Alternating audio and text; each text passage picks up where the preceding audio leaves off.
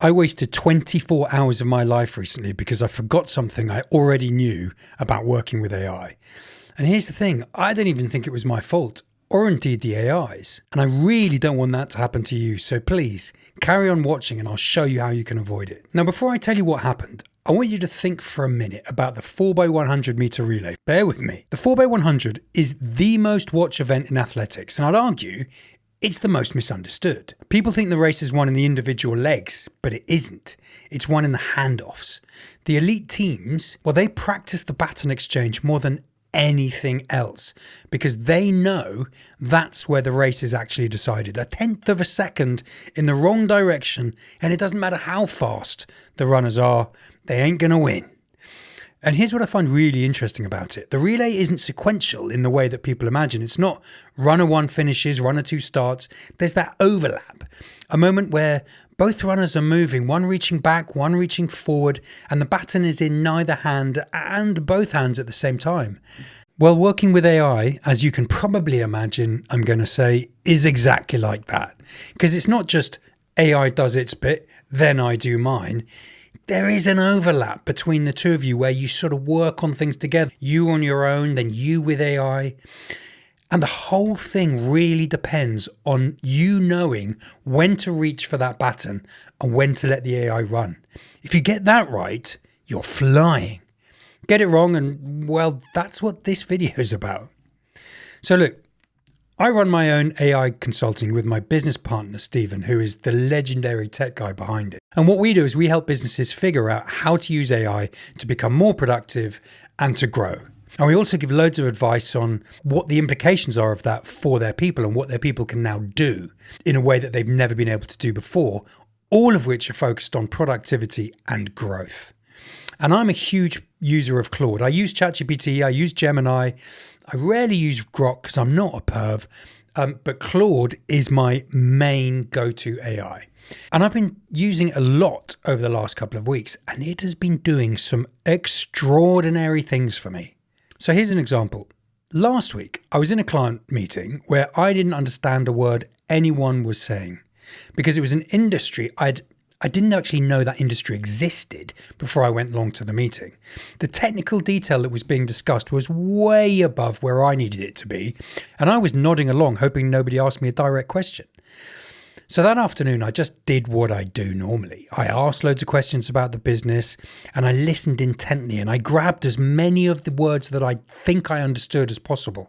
So that later that afternoon when I got back, I sat down with Claude and I described what I heard as best I could.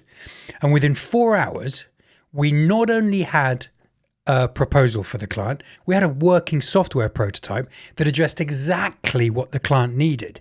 The client was blown away. They said to me, because he's a friend of mine, the client said to me, "Haven't you spent 25 years working in media and advertising? How did you do this?" I was like, well, obviously it wasn't me. Thing is, I hadn't written a line of that code, and I barely understood the problem that was being talked about in the meeting. And yet there it was. Now, at exactly the same time as me building that software prototype, I built a research tool that monitors the AI landscape for me. Because the reality is, when you're doing my job, you need to keep on top of all of the different changes that are happening within the models, what people are building on top of them. The technology's changing all the time. And before things got really busy with our business, I had the time to go and watch loads of YouTube videos, read loads of newsletters, practice myself, and just generally explore. But now that we're getting busy, the 30 YouTube channels that are carefully curated and the 20 odd newsletters that I get in my inbox every day, I just don't have the time. And I found myself getting left behind. I found things happening that I was like, actually, I don't have a view on that. I don't know what that is. I don't even know what that means. And that is not a good place to be. So to help me do this, rather than having to watch every single video that those creators create, which by the way, sometimes is 2 or 3 a day, they're prolific. I built an agent to watch all of the videos, read all of the newsletters for me, and do the sort of filter through that I would normally do, and then tell me which videos, which newsletters I actually need to read and watch. So I'm doing a lot of the reading and watching myself still. Please don't tell me off for destroying publishers' revenue. I'm now watching all the way through those that I actually need to watch. And that's important because keeping up with this industry manually is like trying to drink from a fire hose. And I'd stopped even trying, which, as I said, was not a good place for me to be. But Claude made that possible in a way that felt totally unfair. So I was on this big streak, right? I was getting great things out of my AIs. And when you're on a great streak, you just stop questioning the process that's producing it, don't you? That's just human nature, I think. You find something that works and you lean into it. Then you lean into it harder and harder without really noticing that you're leaning on it quite as much. And so that's when it happened, right? I handed Claude my script. My first ever YouTube video, as it happens, which, I was already really nervous about because I'd never done one before. And whilst I'd worked at YouTube for years and years and years back in the past and sold it, I'd never actually created anything and put myself out there. I'd broken that duck with LinkedIn the year before, with Substack, with going on podcasts, but actually doing this, I'd never done it before. So I wanted it to be good and I needed it to be good. And Claude and I worked on it together for the best part of a day. And at the end of that day, Claude told me it was brilliant, right? It said, go to bed and record this tomorrow. I think that's exactly what it said. So I did. And I woke up in the morning and I nearly did start recording it, but there was something in it. There was something in my gut that was just warning me. So I really reread it again, the script. When I looked at it again with those fresh eyes, it wasn't brilliant. In fact, it was a complete mess. I'd repeated myself 3 times, contradicted myself twice, and somehow managed to squeeze 3 or 4 completely different ideas into one video that clearly couldn't decide what it was about. The story arc was all over the place too, and there were sections that had absolutely no business being there at all whatsoever. And when I went back to Claude and I said, look, I think we need to look at this again, and here's why, outlining everything I've just said with examples, Claude said, you're absolutely right, Hamish. Each of those points is completely valid. Let's get to work. Just like that. No acknowledgement that the night before it had told me it was brilliant and that I should go to bed and record it when I woke up. Nothing. That was the moment I realised exactly what had happened. I'd handed Claude the baton somewhere around lunchtime and it had just kept on running all the way through the finish line, way through my leg, way through the leg that it was supposed to run, way through the leg that I was then supposed to run, and kept on going. It didn't care because it loves running. That's not a criticism. It's just what it is. The problem wasn't that Claude kept going. The problem was I had forgotten to reach my hand out to take the baton. So I got up, I took the dog for a walk. I was in a proper grump, if I'm honest. Partly at Claude, partly at myself, and partly at the fact that I'd somehow managed to fall into a trap I spend a significant amount of my time warning other people about. Because the thing that had jarred me wasn't just the script was terrible, it was the way Claude had responded when I pointed it out. That instant, frictionless, you're absolutely right, Hamish, felt uncomfortably familiar. It felt like ChatGPT, my friends, and I say that not as a dig at ChatGPT. It's a brilliant tool if you know what you're doing. But I'd moved away from it partly because of exactly that quality, that enthusiasm, that sycophancy. And I trusted Claude specifically because it felt more honest, I suppose, more willing to push back like it usually does. So I was walking the dog and I was trying to figure out what had changed. Was it a model update? Had Anthropic tweaked the weightings in the model or something? Or, and this was the question I really didn't want to sit with, was it actually me? Had I changed what I was using without noticing? And the longer I walked, the more I suspected it had to be the latter.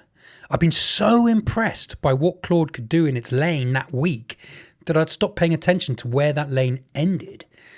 Every time I handed it something that week and it delivered, my trust grew a little bit more and my vigilance fell just that little bit. And at some point, without any conscious decision on my part, I'd handed it something it had no business running with, and it had taken it without hesitation, because that's what it does. It takes what it gives you, and it ran with it. I've been trying to find a name for what happened to me. The closest I can get, and bear with me, I know this sounds a bit academic, is competence bleed. The idea being that when AI performs brilliantly and consistently in its domain, that competence quietly bleeds into your perception of what its domain actually is. You don't decide to extend its brief. You don't have a conscious conversation with yourself or the AI about that. You just hand it more and more and a bit more again, because every previous handoff worked out fine and your brain quite reasonably expects that pattern to continue. And the thing that makes this so difficult to guard against is that the better AI gets at what it's genuinely good at, the stronger the bleed. I wasn't lulled by something mediocre. I was lulled by something extraordinary. And a lot of people don't notice the handoffs they're supposed to make. I've been telling clients for months, anyone who would listen really, that creativity, judgement, taste, these are the last domains that belong to us humans in this process. I've been telling them that AI can structure and analyze and generate and iterate, but it cannot tell you whether something is actually good. That requires a human being with a point of view and a willingness to use it. And then I went and outsourced exactly that to the very tool I've been warning people about outsourcing it to, which is, I'll admit, a fairly spectacular own goal. But I don't think I'm unusual, actually. I think this happens to almost everyone who uses AI heavily and seriously, because the better you get at using it, the more it delivers. And the more it delivers, the more edges of its capability become invisible or blurred to you. The bleed is a function, I think, of success, not failure. At least that's what I'm telling myself. And that's what makes it so hard to see coming. So, 3 things I've changed since the dog walk for whatever they're worth. Feel free to use these if this happens to you. The first is that I now plan the handoff before I start. Before I open Claude or any AI, before I type anything, I make sure I own the things that only I can own. So if it's writing a script or a document of some sort, what is this actually about? What's the point I'm trying to make? Does the shape of it make sense to me yet? Not the execution, not the draft, not the structure. Claude can do all of that and do it brilliantly. But the idea, the argument, the flow, I need to have these clear in my mind and own it first, even if working it out takes a conversation with AI rather than figuring out on a dog walk or something. The difference is who's in the driving seat for that part of the process. And for that stuff, it needs to be me. And I need to make sure it's me before I hand anything over. Because once that batten's gone, my friend, it's gone. The second is a question I now ask myself consciously at every stage. Should I be doing the thinking here? Not as a rule I follow mechanically per se, but as a genuine pause. A moment of self-interruption, because the honest answer is sometimes yes and sometimes no. And the whole point is to know which is which before you hand anything over. And the third, this one I think actually is the most useful. Learn to recognize the signal. There's a particular feeling you get when competence bleed has happened. A low-level frustration, a sense that something that's 90 to 95% there, but won't quite polish up no matter how many times you iterate it and push. The sort of, why can't you just get this feeling when the AI is confidently telling you that the output is brilliant? That's not you failing. That's you recognizing just that bit too late that you handed over a leg you should have run yourself. Trust that feeling. It knows something your conscious mind hasn't caught up with yet. I said at the start that I didn't think what happened was necessarily my fault or the AI's, and I want to explain what I mean by that. It wasn't my fault because competence bleed isn't a character flaw. It's a completely natural response to working with something that keeps exceeding your expectations, which, believe me, if you do work with AI enough, it will. It's the same instinct that makes you trust a brilliant colleague more and more and more over time, and gradually you stop checking their work, right? That's not laziness. That, ironically, is pattern recognition. It just needs recalibrating occasionally. And it wasn't the AI's fault because Claude was doing exactly what Claude does, taking what I gave it and running as hard and as fast as it could, just like Forrest Gump. It loves running. I just needed to remember to reach out my hand for the baton. So here's what I've landed on after a lot of thinking and one very soggy dog walk in the local forest. Working with AI well isn't about doing less with it. It's about being more deliberate about what you hand over to it. The baton goes back and forth, back and forth. That's the point. That's what makes it powerful. But you have to know your leg. You have to be ready to run it when the moment comes. And you have to stay awake enough to notice when the baton is already in your hands, or when the AI is run through the box and you're about to get disqualified. Because just think about it. Leg one, if it's run by the AI, can be extraordinary. Mine was this week. Don't let the AI run through your leg, then the next one, then the next one. Because just like one person running a 4x100, starting all the way through to the finish, is never going to win that way. Just know when it's your turn to put your hand out and grab that baton.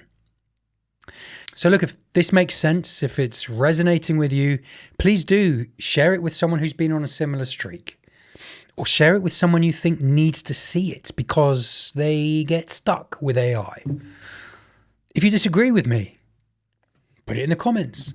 If you want to share your own experience, please do share it in the comments, because I'll be fascinated to see how else other people have suffered from this competency bleed. And if you like what you see, please do subscribe, follow me. This is my first one of these.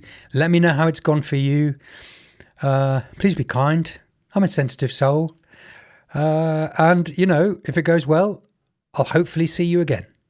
Bye-bye.